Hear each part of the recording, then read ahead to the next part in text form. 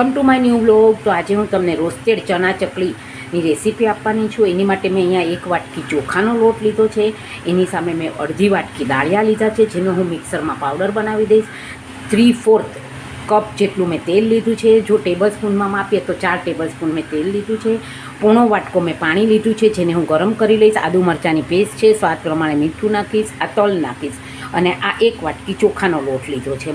તો હવે હું સૌ પ્રથમ આને પાણી ગરમ કરી લઈશ અને આને પાવડર મિક્સરમાં આનો પાવડર બનાવી લઈશ. આ મેં મિક્સરમાં આનો પાવડર બનાવી દીધો છે.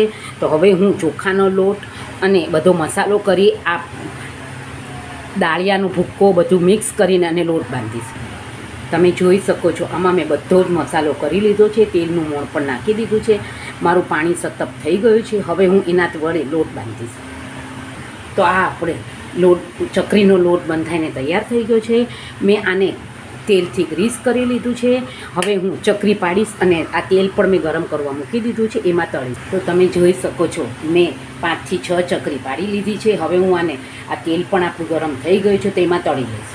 તમે જોઈ શકો છો આ મેં સાવ મીડિયમ ગેસ ઉપર જ હું તળું છું અને થોડો હવે બ્રાઉન કલર આવી ગયો છે. આપણી આ ચકરી તળાઈને તૈયાર થઈ ગઈ છે. હવે હું આમાં કાઢી લઉં છું. તો આપણી આ એકદમ સરસ ચકરી તળાઈને તૈયાર થઈ ગઈ છે. હવે બાકી બધી જ ચકરી હું આવી જ રીતે મીડિયમ ગેસ ઉપર તળી લઈશ. આપણી આ બધી ચકરી તળાઈને તૈયાર થઈ ગઈ છે અને આ એકદમ જ ખાવામાં સોફ્ટ છે અને આટલી મોટી પણ ચકરી પડે છે. Thank you for watching my video. Like, share and subscribe. C you tomorrow.